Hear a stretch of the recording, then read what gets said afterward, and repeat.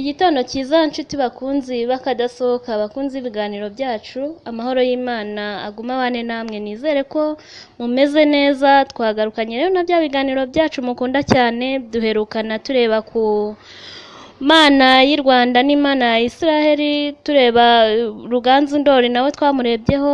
Twagarukanye rero n'abadogiteri bacu aribo Dogiteri Innocent na Emmanuel kugira ngo batuganirire, dore ko ari abapfumu b'abanyamwuga. Uyu munsi rero tugiye gusobanukirwa ubupfumu n'iki, inkomoko y'ubupfumu mu Rwanda. Ese abapfumu ba mbere urugero rwabo ni uruhe? Ni ikihe cyiza twakwigira ku bupfumu? Ujya gupfumaguza kubera iki? Niko abantu benshi babifata. Ubwo rero tugiye gusobanukirwa byinshi tutamenye cyangwa tutabwiwe, cyane ko ukuri hari igihe guhishwa ntitubashe kukumenya. Reka tubanze dusuhuze abashyitsi bacu, abadogiteri bacu, babandi badufasha mu buzima bwacu bwa buri munsi. Dogiteri Innocent, mwiriwe ni amahoro? Muraho amahoro y'Imana. Nifuje kubasuhuza no kubifuriza Noheli nziza n'umwaka mushya muhire w'ibihumbi 2021. Muzawurye ntuzabarye, tuzawurye ntuzaturye. Arakoze cyane rero na Emmanuel, kugira ngo duhite twihuta n'ikiganiro cyacu. Emmanuel aradusuhuza ahita atubwira no kuri Ruganzu Ndoriho gakeya kugira ngo tubashe kwinjira mu bupfumu nyirizina nta kidutega. Emmanuel, mwiriwe ni amahoro? Okay, turabakunda cyane abakurikiye ibiganiro byacu, dore ko ari na season ihoraho. N'igihe kinini cyane kandi Imana yarabarinze, iracyakomeje kuturinda aho dukomeje twiga ku bintu byinshi cyane tuba twateguye. Murabizi cyane cyane dukunze kwibanda ku bitangaza Ruganzu Ndori yakoze. Urabizi abanyarwanda benshi dukunze kuba tuzi ibi bitangaza Ruganzu Ndori yakoreye mu Rwanda, ariko ikaragwe k'abahinda muri Tanzania naho yahakoreye ibitangaza byinshi. Murabizi yuko Ruganzu Ndori hano mu Rwanda nyine ubutegetsi bwari buriho, Ruganzu Ndori nyine akomoka ibwami nyine. Urumva ubutegetsi bwari bumajije kuvaho, Ruganzu Ndori bamuhungisha hari ikaragwe k'abahinda muri Tanzania. Ruganzu Ndori yagiye nk'impunzi rero, ageze ikaragwe k'abahinda yiga ibintu by'imigenzo, ibintu by'imiziririzo, ibintu byinshi mbese by'ubugenge, gukora ibitangaza, ibintu by'urugamba, ibintu byo kurwana, mbese yigishijwe ibintu byinshi. Ariko ibyo bintu byinshi abenshi wenda wowe udukurikiye urabizi, ariko hari abana batoya bakivuka batabizi. Turagira ngo tubasobanurire icyanditswe cyangwa se tubasobanurire amateka y'abatubanjirije cyangwa y'abakurambere bacu. Murakoze cyane. Turi kwinjira rero mu by'ubupfumu, murumva ko dogiteri hari aho aduhereye atubwira kuri Ruganzu Ndori. Ubwo rero tugiye gutangira mu bupfumu. Benshi nta kuri bazi ko ubupfumu, bazi ko ubupfumu ari umuntu uba wayobye cyangwa ari ibintu biteye ubwoba. Oya, nta giteye ubwoba kirimo, kubera ko abapfumu bahozeho n'ubu bariho, niyo yaba atari mu Rwanda no mu bindi bihugu ubupfumu burakora. Dogiteri rero Innocent agiye gukomeza atubwira ubupfumu. Umupfumu ni muntu ki? Inkomoko y'ubupfumu ni iyihe mu Rwanda? Komeza, umwanya ni uwawe Innocent. Dogiteri nk'uko nabifurije umwaka mushya muhire, Noheli nziza n'ibihe byiza, kugira impagarike n'ubugingo. Uyu munsi muri iki kiganiro aho tuza kuvuga ku bupfumu cyangwa se ubuhanuzi, ari byo bikorwa mu buryo twita kuraguza, gusaba intsinzi, gusaba abakuru, cyangwa se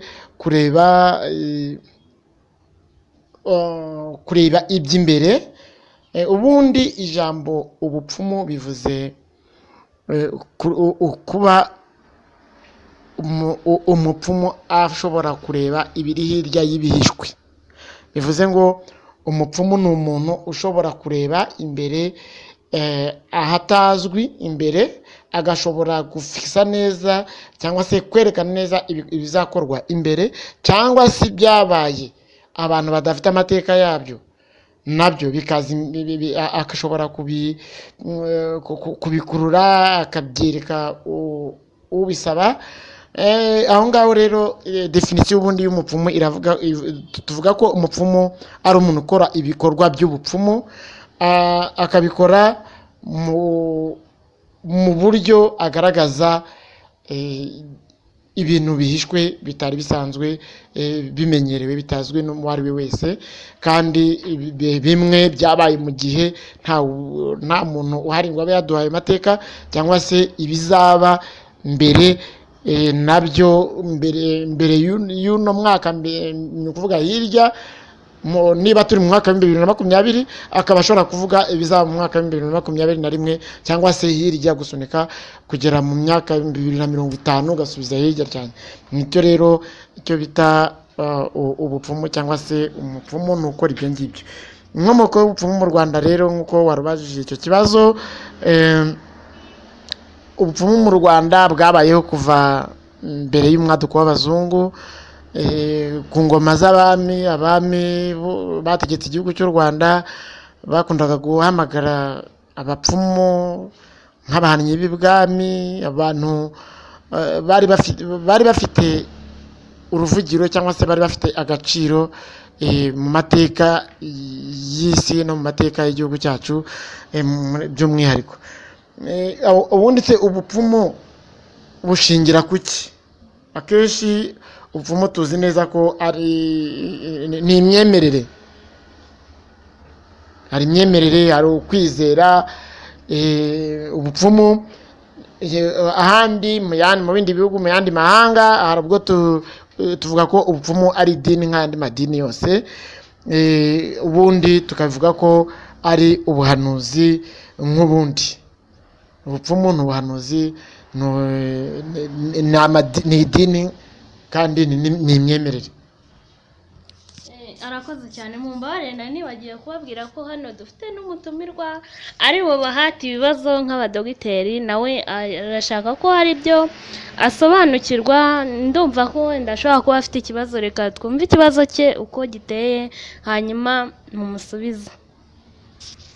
Murakoze cyane.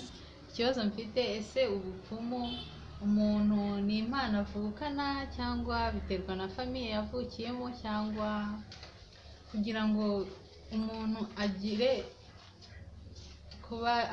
ubwo bushobozi bwo kuba yareba ibintu birenze iby'abandi babona, ubwo bushobozi abukura hese? Murakoze cyane. Ikibazo mumbajije ni ikibazo cyumvikana, kandi koko abantu bose bafite amatsiko yo kumenya icyo kibazo. Ubundi bupfumu bugira inkomoko kuri heredite, ni ukuvuga ni akarondasa, ni ibiva mu muryango. Ubupfumu rero, yenda mu gihe tutaramenya neza ubwoko bw'ubupfumu, yenda mu kanya kanze turi buganireho inkomoko y'ubupfumu. Mwashatse kumenya ni heredite. Ikindi, hari ubupfumu bacirira, hakaba ubupfumu abantu bihangamo, hakaba n'ubupfumu bw'ubutekamutwe. Ubwo rero ngayo moko y'ubupfumu bubaho mu Rwanda kimwe n'ahandi hose. Murakoze cyane. None nk'umuntu wifuza kujya kubagana, se yabwirwa n'iki? Waruvuze amoko y'ubupfumu, yabwirwa n'iki ubupfumu mbese bw'ubutekamutwe? Murakoze. Ngira ngo ubupfumu bw'ubutekamutwe ubwinshi ntabwo muzabura kububona. Murabona ko umuntu ajya kuri social media agafata itungo akavuga ko yica itungo, ugashaka kandi akavuga ko abikoze mu buryo bwa gipfumu, ukibaza niba kwica itungo hari aho bihuriye no kuba umupfumu. Ngo yishe itungo utarikozeho, ubwo ngo ni ubupfumu.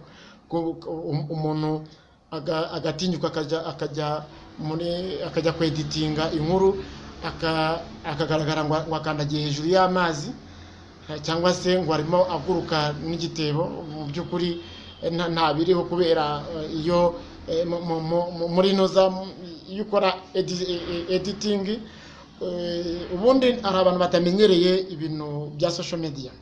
Iyo nkatwe turi n'abaririmbyi ku rundi ruhande, iyo usanga umuntu akora indirimbo, hari ubwo dukora kuri green, ku gitambaro cy'icyatsi cyangwa se cy'ubururu. Iyo bashoboye kugushutingira ku gitambaro cy'ubururu cyangwa se cy'icyatsi, umuntu ashobora kuguterura akagutereka muri Amerika, bashobora kuguterura akagutereka mu nyanja, kumwe Yesu cyangwa se Yesu yagendaga hejuru y'amazi, abantu bakabona usa nkaho ukora ibitangaza nk'ibya Yesu. Ibyo bitabayeho, bikorerwa gusa ku gitambaro muri shooting gusa. Urumva rero ubupfumu nk'ubwo ngubwo ni ubutekamutwe. Yenda turashobora nanone kugaragaza ubupfumu bw'ubutekamutwe, aho nkwereka ubupfumu bushingiye kuri mashine. Hari mashine quantum. Mashine quantum imwe mu bupfumu bwadutse mu Rwanda, bwashinze imizi mu Rwanda. Abantu benshi bajya mu buhumyi batatekereje neza, nako yenda baba bashyutswe ko bagiye kwerekwa inkomoko z'uburwayi. Kandi nyamara mu kiganiro nigeze ngaragaza kuri interinete, aho navuga ibibi bya mashine quantum ku butaka bw'u Rwanda mu buvuzi gakondo. Iragaragaza uburyo ki quantum ibeshya Abanyarwanda, n'uburyo ki bayigana yababereye ikiyobyabwenge. Ari abayikoresha yababereye ikiyobyabwenge, ari n'abayigana yababereye ikiyobyabwenge.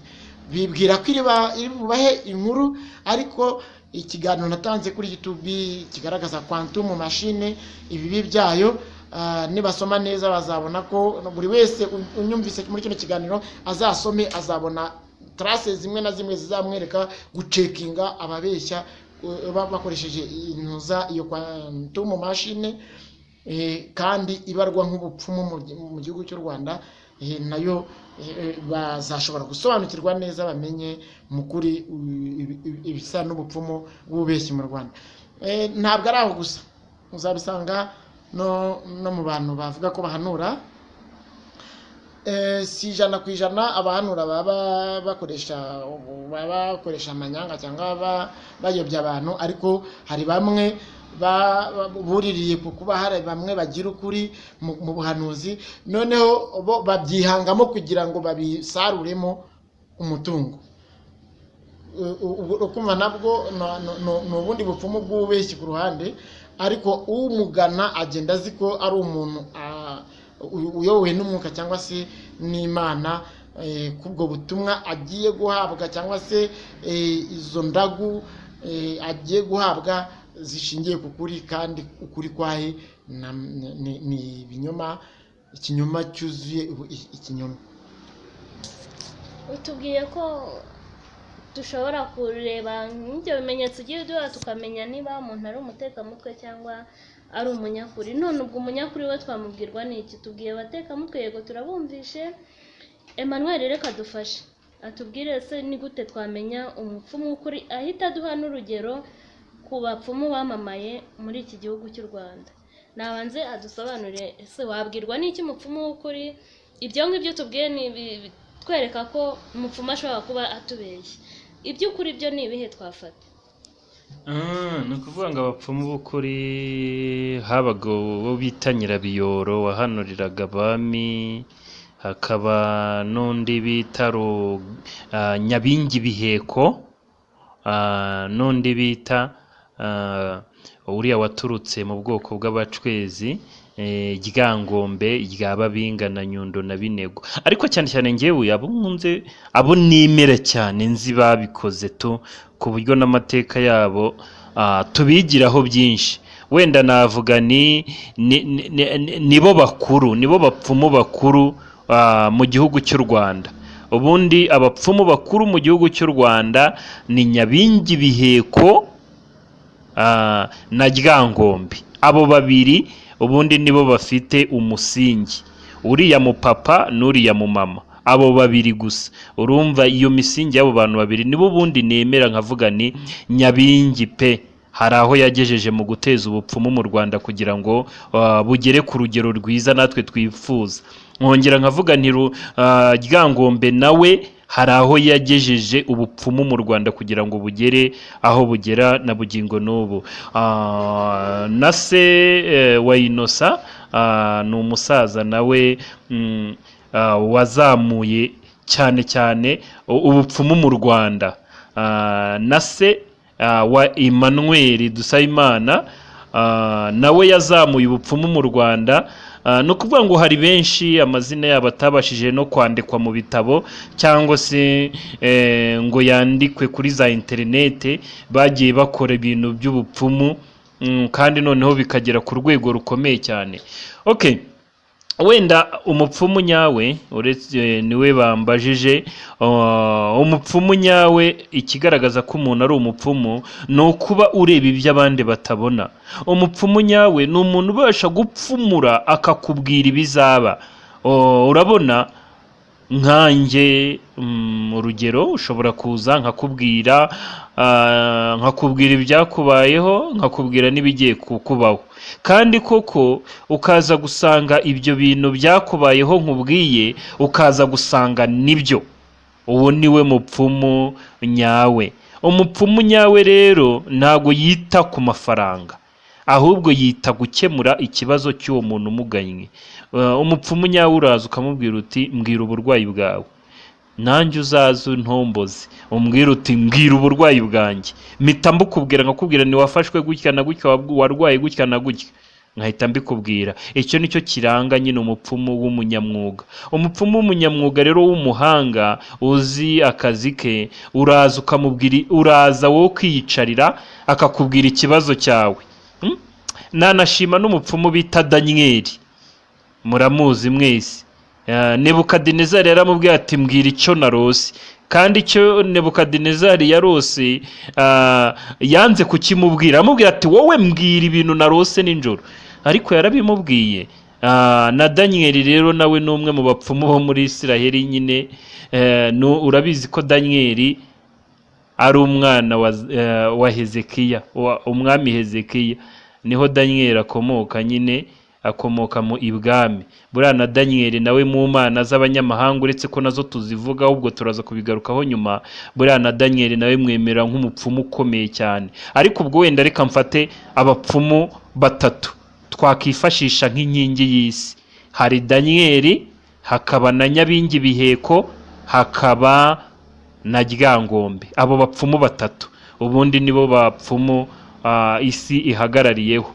Okay, wenda mu kanya turaza gukomeza, ubwo nyine baraza kugenda batubwira. Ariko umupfumu nyawe ngira ngo mwamusobanukiwe, mwanamumenye. Umupfumu nyawe n'ukubwira ikintu utazi ukakimenya kandi icyo kintu kikabaho. Umupfumu nyawe araza kugira mu kanya, Habumuremyi araza kutubwira mu kanya. Reka nze wenda kuri ibi by'umwami, kubera ko abapfumu benshi cyane twatangiye kubamenya. Murabona hariya muri buno bwami bw'i Babuloni bwategekaga isi yose, abantu benshi turabuzi nyine ubu bwami bw'i Babuloni. Habagamo abapfumu batandukanye, abapfumu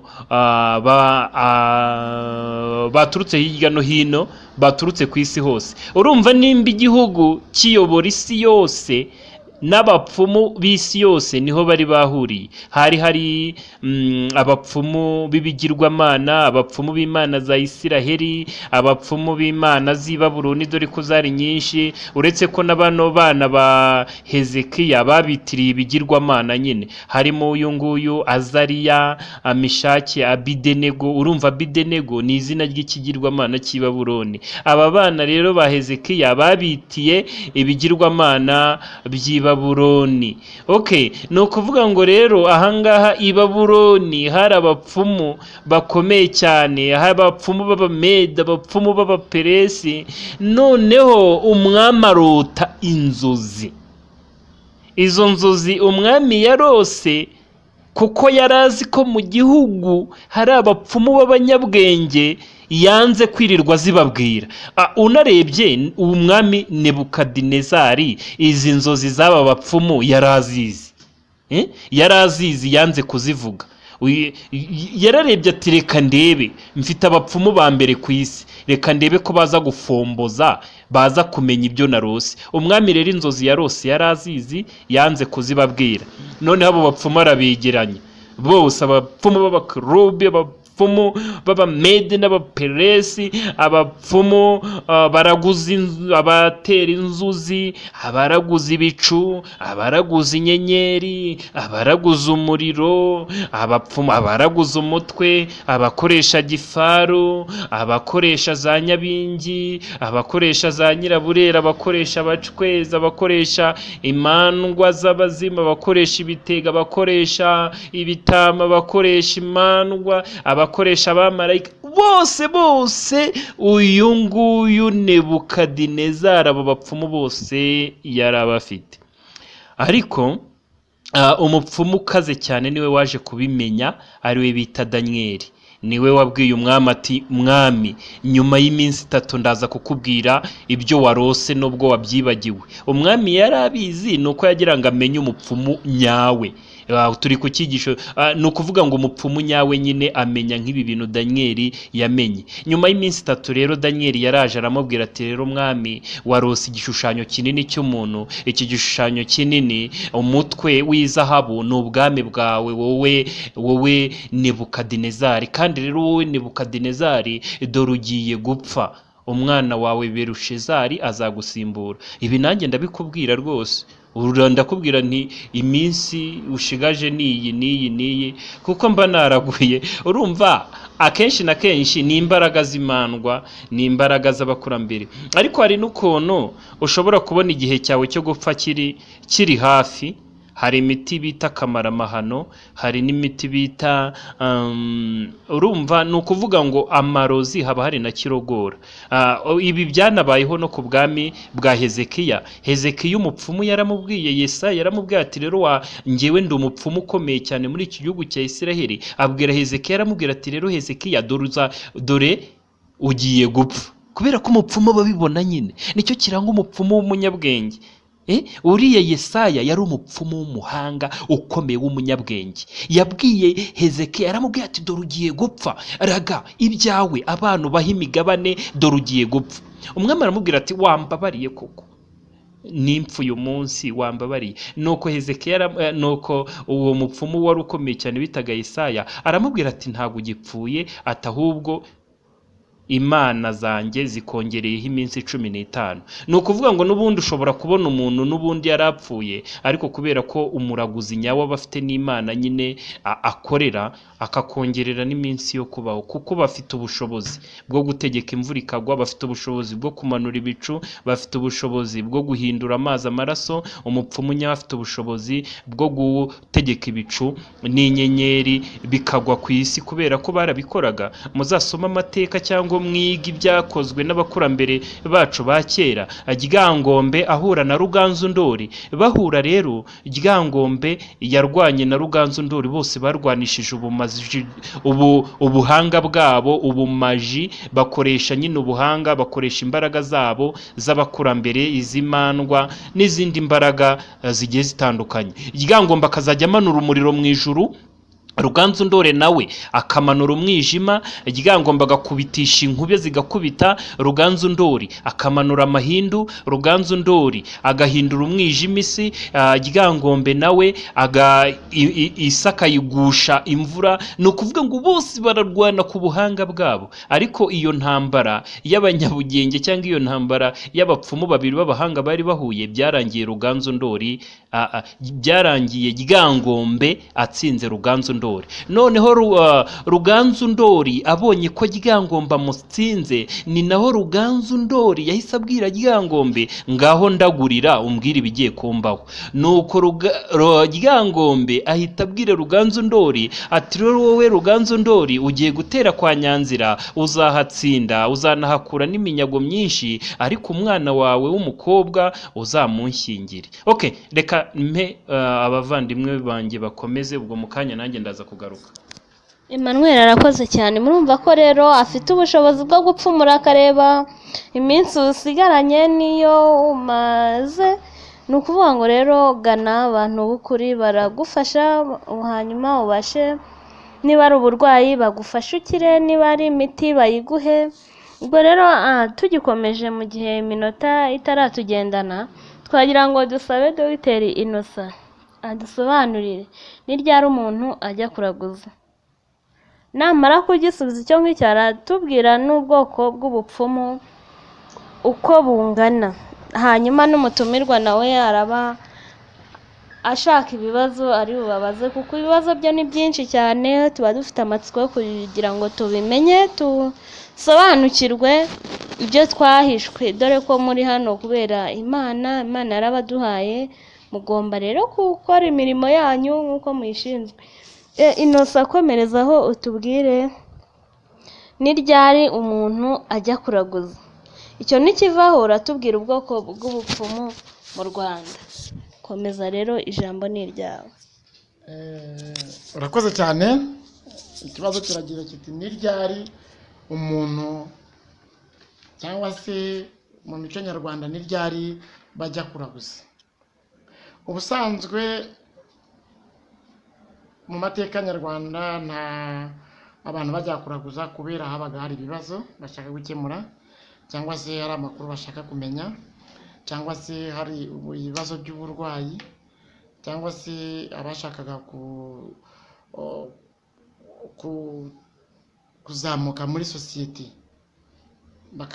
bakaraguriza ubuhoro, bashaka kumenya niba abafite imirimo batazayivanwaho ku buryo bupfuye kubaho, niba nta bazimu babitambika, niba nta barozi babitambika. Akenshi abantu baraguzaga kubera gushaka kumenya uburwayi bafite, impamvu yabwo, aho buturuka n'intsinzi yabwo. Bashaka kumenya iterambere barimo, niba nta nzitizi, niba nta mitego, niba n'uburyo bwo kuyitegura.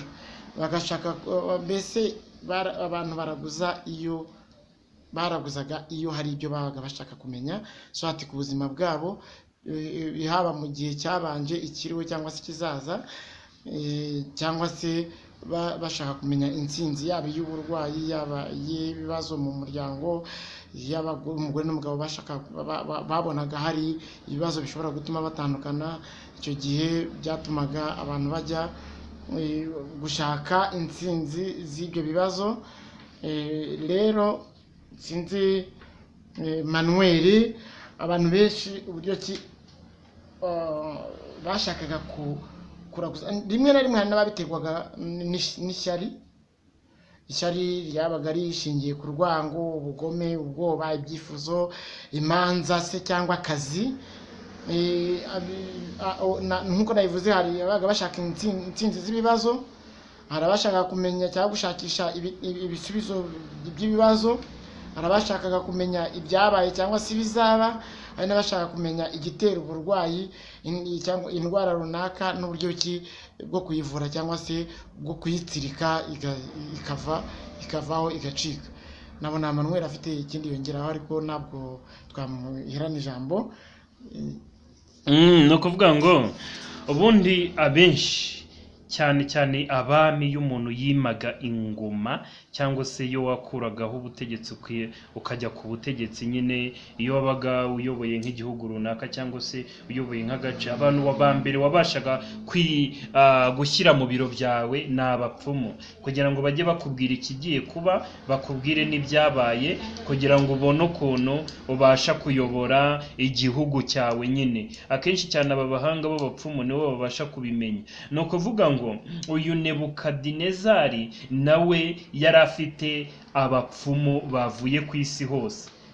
Na Berushezari nawe wahise ujya ku ngoma, nawe yahise agira yagize nawe abapfumu benshi cyane mu bwami bwe kugira ngo ajye ababaza iby'ubwami bwe nyine. Ni nayo mpamvu kiriya gishushanyo wenda nagira ngo nkirangirizeho mvuga no kuri uyu Sawuli uburyo yagiye kuraguza muri Endori. Ni ukuvuga ngo cya gishushanyo nyine mwabonye kinini cyane cyari cyahagaritse umutima Nebukadinezari, uriya mutwe w'ibumba n'izahabu ni ubwami bwa Nebukadinezari. Uburiya bwami bwa Nebukadinezari murabizi ko bwavuyeho, Berushezari nawe ajya ku ngoma akora ibyangwa nyine, akora ibizira. Umuhanuzi wa muhanuzi ukomeye cyane wo muri Isiraheli bita Daniyeli araza abwira Berushezari, aramubwira ati kuba wakoze ikizira ubwami bwawe bukuweho. Ni ukuvuga ngo ubwami bwe bwahise bukurwaho, hajyaho ubw'Abamedi, Abaperesi,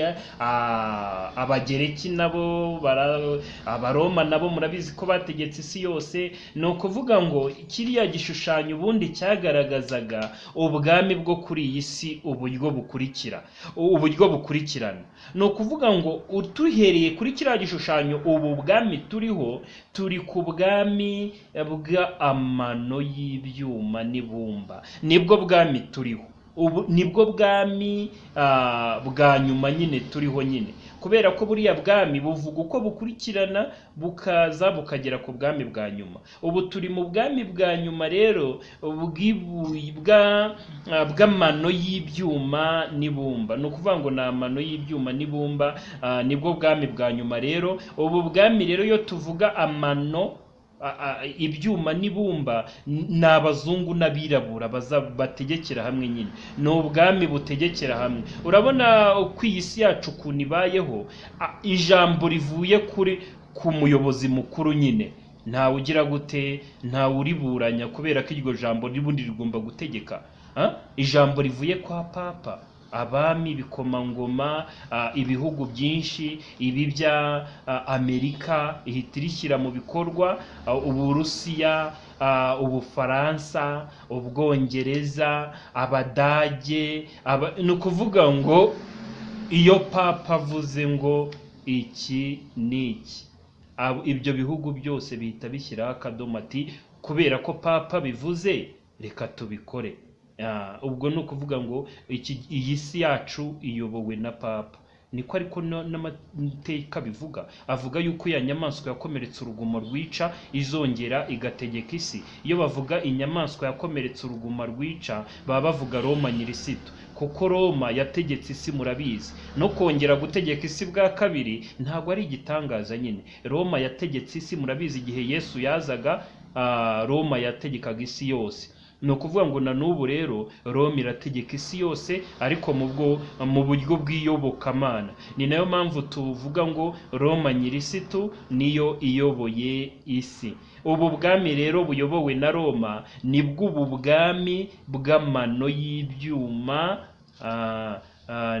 n'ibumba. Ubu bwami rero nibwo bwa Roma nyirisitu, nibwo buyoboye isi. Ubu bwami rero hari ubundi bwami Daniyeli yabonye nyine, ari we mupfumu wa mbere ku isi. Ubwo bwami rero yabonye uyu mupfumu wa mbere ku isi ni ubwami buzaza bugakuraho ubu ngubu bwa Roma nyirisitu. Ubwo bwami rero ni ikibuye kinini kizamanuka kikaza kigasenya cya gishushanyo cya Nebukadinezari. Cya gishushanyo cya Nebukadinezari kikaba umuyonga, kikashwanyagurika. Noneho icyo kibuye kinini akaba ari cyo gikwirakwira ku isi, kikima ingoma, kandi iyo ngoma yacyo azaba ari ingoma y'iteka ryose, azaba ari ingoma idahanguka, azaba ari ingoma tuzishima tukanezerwa. Niyo ngoma ya nyuma, nibwo bwami buzabaho bw'iteka ryose. Bavuga ngo ni ubwami butazahanguka, ni ubwami bw'iteka ryose. Iryo buye rinini rero, iyo tuvuga ibuye tuba tuvuga Yesu Kristo, kuko niryo buye ryanzwe n'abubatsi. Murabizi ko Yesu nyine abantu benshi batamwemera. ariko icyo gihe nyine bazamwemera nyine. Niyo mpamvu amateka avuga ngo Yesu ni ibuye ryanzwe n'abubatsi ariko rihinduka irikomeza imfuruka. Ubu ngubu nteze ikiganiro ntabwo Yesu mwizera, ariko icyo gihe nubwo Yesu ari ibuye ryanzwe n'abubatsi ariko icyo gihe rizaba irikomeza imfuruka, kuko niwe buye rinini rizamanuka mu ijuru rigasenya igishushanyo cya Nebukadinezari kigahinduka umuyonga, ubundi icyo kibuye kinini akaba ari cyo cyima ingoma ku isi, kandi icyo kibuye kizaba gitegeka isi yose, kandi ubutegetsi bw'icyo kibuye kinini ntibuzahanguka, ni ubutegetsi buzagumaho iteka ryose. Okay, reka nikomereze duvuge kuri uyu mupfumu wa mbere wari ukomeye. Ni ukuvuga ngo nagira ngo nkwereke ko n'abami bajya kuraguza. Uyu Nebukadinezari nawe yaraguzaga kuri aba bami baturutse imihanda yose y'isi. Noneho uyu Samweli nawe yahuye n'ikibazo muri Isiraheli, kuko uyu Samweli yari yarisha abatambyi, yari yarishe abahanuzi, yari yarishe abakozi b'Imana benshi cyane muri Isiraheli, yarisha abantu bari barahanzweho n'imyuka mibi, abantu b'abapfumu n'abakonikoni. Ariko nyuma aza kumenya yuko agaciro k'abapfumu ariko ka mbere, aza kwibuka aravuga ati mumbabarire bano bakuru, dore abapfumu narabarwanyije, ariko igihe kirageze kugira ngo nabo mbitabaze. Aribwo rero uyu Samweli yitabazaga abwira abagaragu be ati se mwandangira umupfumu waba warasigaye nkajya kumubaza iherezo ry'ubwami bwanjye. Niyo mpamvu nkwereka ko abami aribo ba mbere batera intambwe zo gusanga abapfumu.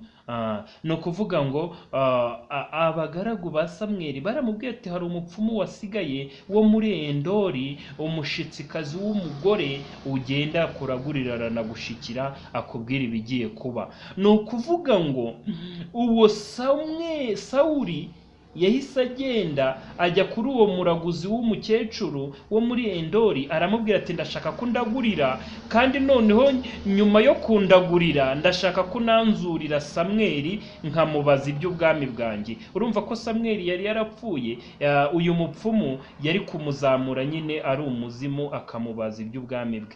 Nuko uwo mupfumu w'umuraguzikazi araragura azura Samweli. Samweli arazuka ava mu bapfuye. Samweli akizamuka ahita abwira Sawuli ati Sawuli, Sawuli, unkanguriye iki? Sawuli aramubwira ati impamvu nkukanguye ni ukugira ngo umbwire iby'ubwami bwanjye. Nuko Samweli yari yarapfuye, ubwo ni umuzimu we babajije. Uwo muzimu wa Samweli uhita ubwira Sawuli, uramubwira ati rero wowe Sawuli ugiye kugwa ku rugamba n'abana bawe, kandi numara kugwa ku rugamba umwana Dawidi azakuborogera, n'Abisiraheli na bugingo n'ubu baracyaborogera Sawuli n'abana be kuko baguye ku rugamba. Nuko nyine uwo Sawuli yararaguje kuri uwo mukecuru wo muri Endori, amuzurira Samweli aramuvugisha. Noneho rero uwo mukecuru wo muri Endori urumva ko yaraguriye Sawuli. Ni ukuvuga ngo rero nawe nuzajya ugira ikibazo gikomeye, ujye ushaka abapfumu b'abahanga b'abanyabwenge babashe kugusobanurira ibyo bibazo utabasha gusobanukirwa, kandi hari byinshi cyane bazabasha kukwigisha, bazabasha no kukuyoboramo wowe utazi. Reka twumve nimba hari abantu benshi bafite ibibazo, kuko iki kiganiro twagize amahirwe twagikoze turi benshi, nimba hari ibibazo na bimwe batubaza. Ndumva ibyinshi twasobanukiwe, ariko umutumirwa wenda ashobora kuba hari icyo yabaza niba ntamuniganya ijambo. Murakoze cyane, yaba dusaba Imana yaba Habumuremyi. Hari abantu benshi nagiye mbona abantu benshi babagana cyane, ndetse bakavuga ko ibibazo byabo byagiye bikemuka. Ahari wenda hari ibanga mufite mukoresha ese hari abantu batekereza ko ubupfumu ari icyaha bakitinya bakumva batajya mu bupfumu. Ni iki mwabwira abo bantu? Ni ukuvuga ngo ubupfumu ntabwo ari icyaha. Urumva ko abantu benshi baba abakirisitu, baba abantu b'iyobokamana, ababa nabo b'abapasiteri, nabo abo b'abapasiteri uretse ko bakunze kugenda ari nijoro, baba banga kugenda abantu babareba. Ni ukuvuga ngo ubundi abantu b'abayobozi bakunze kubikoresha nta muntu ubareba. Urumva ntago uyoboye idini runaka kugenda abantu bakureba buriya ntago ari byiza. Hari igihe dusaba nka randevu tukayimwemerera, ariko ni byiza kuza ukamenya ejo hazaza hawe, cyangwa se ukamenya ibyakubayeho, cyangwa se ukamenya imbere yawe ese bimeze bite, wabyitwaramo ute, cyangwa se ukamenya uti narozwe gute, bandoze iki, ni ayahe marozi bakoresheje, ese abandoze ni bande, abamemukiye ni bande. Rero twifashishije imiti gakondo, imiti ituruka ku bimera, tubasha kumenya icyo umuntu arwaye, tukamenya n'amarozi baba baramukoreshejeho. Rero nk'uko warumbajije uti ese kuraguza byaba ari icyaha? Ntabwo kuraguza ari icyaha. N'umupfumu uzabona ni Imana yamuremye, nawe arabizi ko hariho Imana rugira, arabizi ko hariho Imana umuremyi. Imana niyo yaremye umupfumu, kandi ntabwo urumva n'umupfumu nawe yizera ko Imana ariyo yamuremye. Ni ukuvuga ngo rero ibi Imana yaturemeye ni ukugira ngo dufashe abandi bantu batabisobanukiwe. Kuraguza rero ntabwo ari icyaha, kuko icyaha ubundi icyaha ni ukugirira umuntu nabi, icyaha ni uguhemukira umuntu. Urumva kuraguza umenya ko uburwayi bwawe bumeze ntabwo ari icyaha. Kuraguza ugira ngo umenye ejo hazaza hawe ntabwo ari icyaha. Kuraguza ugira ngo umenye uko bakoroze nuko n'ibyo baguteze cyangwa se n'abanzi bawe, ibyo ntabwo ari icyaha. Emmanuel, urakoze kudusobanurira. Muntu witinyaga rero, utinya ubupfumu, utinya kuba wagana abaganga, wigira ubwoba kubera ko aba bari hano ku bwacu, bari hano ku bw'Abanyarwanda kugira ngo babashe kugira kudufasha mu byo tudasobanukiwe. Tugiye ku kibazo kindi kivuga ko ubwoko bw'ubupfumu ni ubuhe mu Rwanda. Dr Innocent, watubwira? Murakoze cyane. Nk'uko Dusabimana abivuze, ubupfumu mu Rwanda yenda abantu bakunze kubugaragaza nk'icyaha, ariko ngira ngo kibaye ari icyaha haba hari n'itegeko rigihana. Niba nta tegeko ryateganijwe ryo guhana ubupfumu, nuko ubupfumu atari icyaha. Ikindi tugikomeje, ndagira ngo ubundi abantu batwumva bakwiye kuba bamenya ese ubupfumu buri ubwoko bungahe, ni ubuhe bwoko bw'ubupfumu bwigaragaza mu Rwanda. Ubundi kugeza ubu tuvugana, hari ubupfumu mu gihugu cyacu cy'u Rwanda bwigaragaza. Hari ubupfumu bukorwa n'abapfumu nyirizina, babyemera kandi bakabishyira mu bikorwa, bakajya ahagaragara, bakayobokwa, bakaganywa. Hakaba n'abandi ariko badashaka kwigaragaza ko ari abapfumu. Hari abapfumu bashingira cyangwa se ubupfumu bushingiye ku buraguzamutwe, aho uhura n'umuntu akakubwira ibyo avanye mu mutwe we, akakubwira ati dore uzahura ibi n'ibi n'ibi n'ibi, nta mukimbo umuhaye, ntacyo umubajije, kandi mu by'ukuri koko ugasanga imbere yawe koko bya bintu urabibonye. Ubwo ni ubupfumu. Hari ubupfumu nanone bukoreshwa imashini za quantum.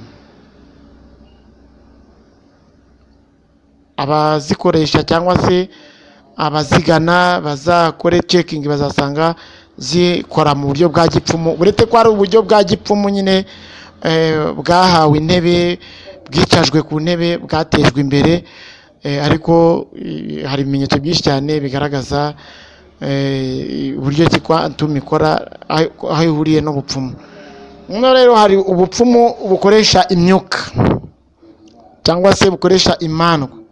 Aho navuga ubupfumu bakoreshamo nyabingi, amahembe, ibitega, nyaburezi, ibitama, amasiriba, hari byinshi cyane mu gihugu cy'u Rwanda tuzi bikoreshwa mu rwego rwo kuragura. Tuzi ko za gifaru zikoreshwa, tuzi ko ikibabaje ni uko hari n'ababyitirira ntabyo bafite, ari uburyo bwo kubeshya abanyagihugu. Noneho hari n'abakoresha imiti. Kuva kera tuzi ko hari abantu basanzwe bakoresha imiti mu kuragura, aho abantu bafataga imiti bakayitoba bagashyira mu ruho cyangwa se mu kindi gikoresho, bakavugisha imiti bakabona ibyo bashaka kuraguza. Hari abakoresha amazi, yakafata amazi akayashyira hariya agashyiramo umuti, niba umuti umanutse mu mazi, niba ugumye hejuru, bikaba bisobanuye muri bimwe avugisha y'amazi, ayabaza ibisubizo akabibona. Hari abakoresha urugimbu, intorezo, udutorezo tumwe, bakoresha amavuta n'inuza na manayeze,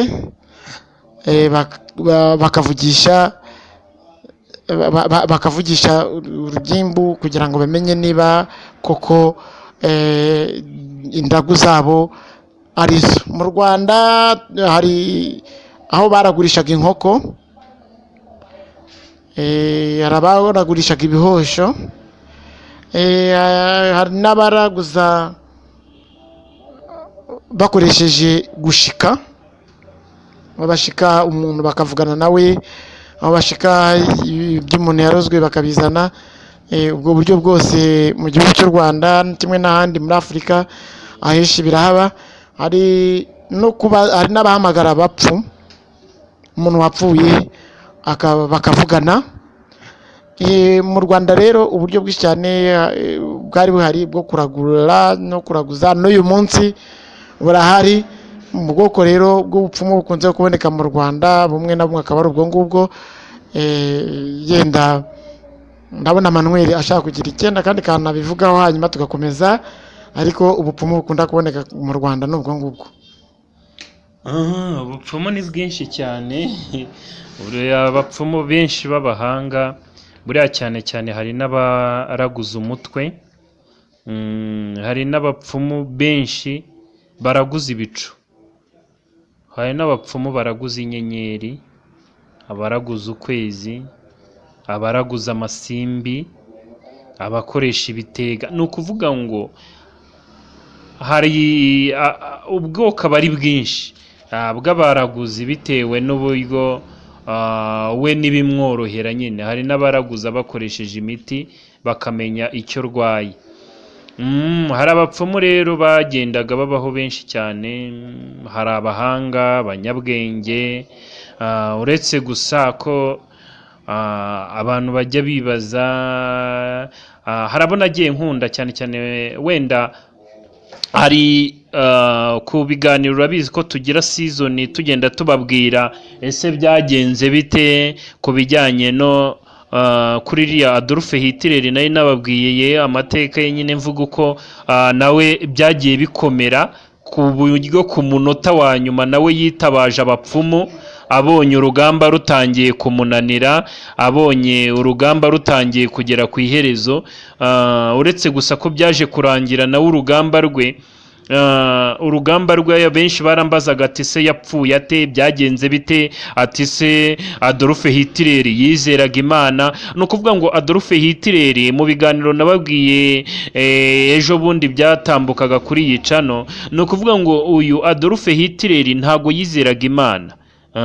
Ubwo abantu babimbazaga icyo kibazo ndakibashubije. Adolf Hitler yizeraga imbaraga z'umuntu ku giti cye, yizeraga ubuhanga n'ubumenyi, n'uburyo yari yarize ibyo kurwana, yarize ibya politike n'iby'intambara. Ntabwo Adolf Hitler yizeraga Imana, ahubwo uyu Adolf Hitler w'umujyamani yicaga abantu bazi Imana. Iyo yumvaga uzi Imana, niyo mpamvu yicaga abayuda, niyo mpamvu yicaga abantu bihaye Imana cyane. Okay, ubwo rero ni ukuvuga ngo uyu Adolf Hitler wenda reka mbe ngarukiye aha, ubutaha nzababwira ibye kuko akenshi na kenshi nkunze kubigarukaho nk'uko nkunze kugaruka kuri ibya Ruganzu Ndori mvuga ibindi tutazi. Adolf Hitler rero yabonye bamugose bagiye kumwica kubera ko na bugingo n'ubu ntawuzi umurambo we. Adolf Hitler yiyahuye, yinaze muri side, mu ngunguru ya side, baramushaka baramubura. Rero ni ukuvuga ngo Adolf Hitler na bugingo n'ubu ntawurabona umurambo we. Adolf Hitler rero yijugunye mu ngunguru yuzuye side, abanzi bari baje kumugota baramuhiga baramubura. urakoze cyane, ndabona n'iminota ari kugenda itugendana kandi numvaga naryohewe, ariko nyine kubera ko igihe kiba kigenda gikura. Ariko hari ikibazo kimwe dusigaje twagira ngo tubaze Dogiteri Innocent, ko mbona abapfumu yego bakora ibitangaza bitandukanye ariko n'abanyemaji barabikora. Abo bantu babiri batandukaniye hehe? urakoze cyane. Ubundi ubupfumu butandukanye na maji. Ubupfumu busanzwe bushingira ku bintu biri naturel, bushingira ku myuka,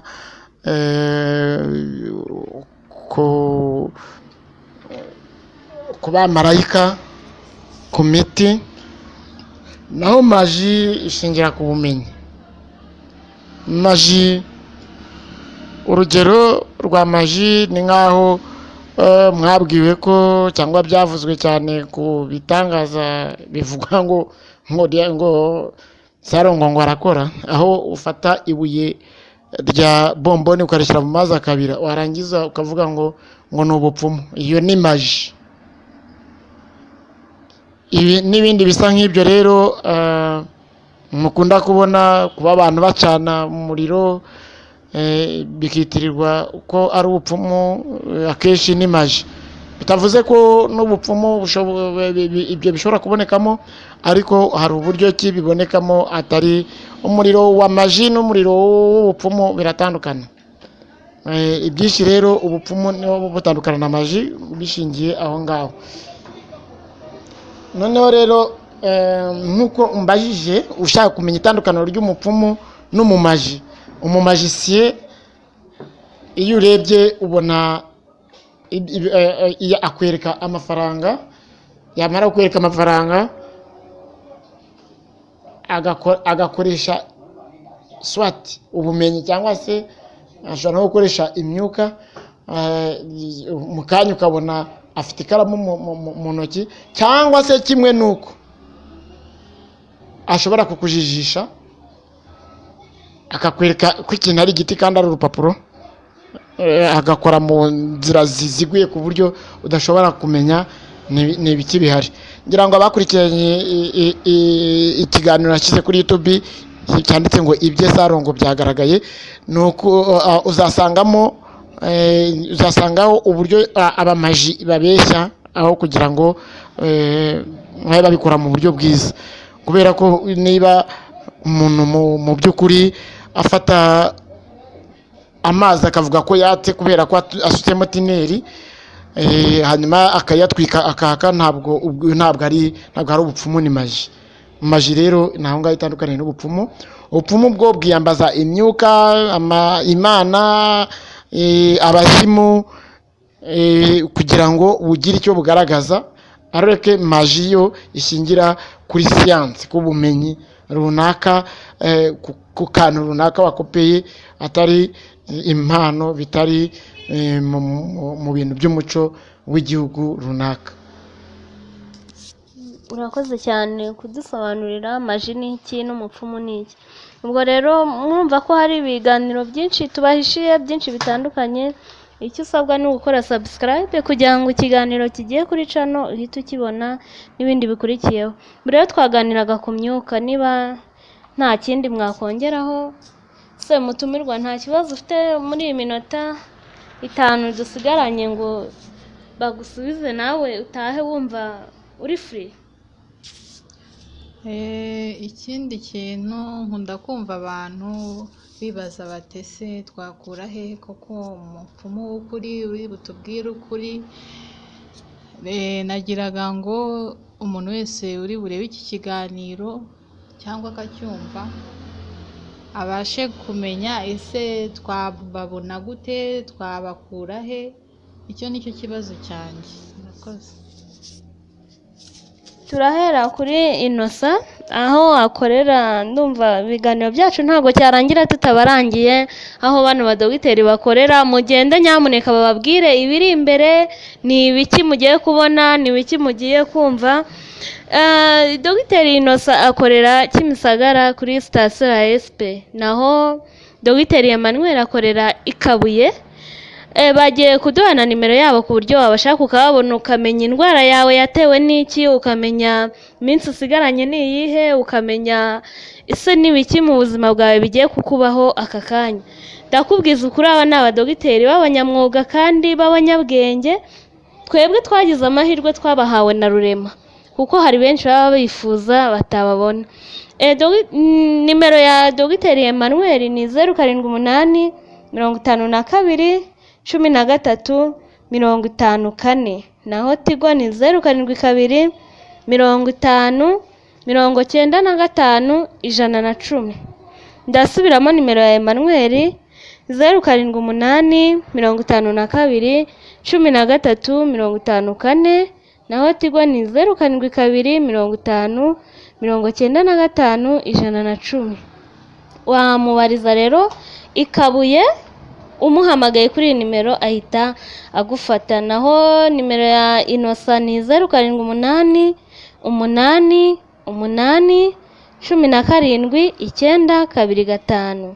Tigo ni 072 5 3 3 0 8 4 7. Ndasubiramo, nimero ya Innocent ni 0 8 8 8 17 925, naho Tigo ni 0 5 3 3 0 8 4 7. Niba ufite ikibazo rero, niba umaranye uburwayi igihe kirekire, niba ufite ikibazo cy'uko wenda waba usigaranye igihe gito imbere, bagane bagupfumurire babashe kureba ese igihe usigaranye ni ikihe, kugira ngo ubashe kubaho utuje, kuko abahanga ni abahanga turabafite. Mureke babandi bagenda bababeshya. Kugira ngo rero dufashe kuri iki kiganiro, kanda subscribe, kande share, kande like, wandike na comment, tubone ibitekerezo byawe kugira ngo tubashe gufashanya. Tubararikira rero n'ikindi kiganiro kizakurikira iki ngiki cyerekeye ku myuka. Murakoze rero, Imana igume ibarinde.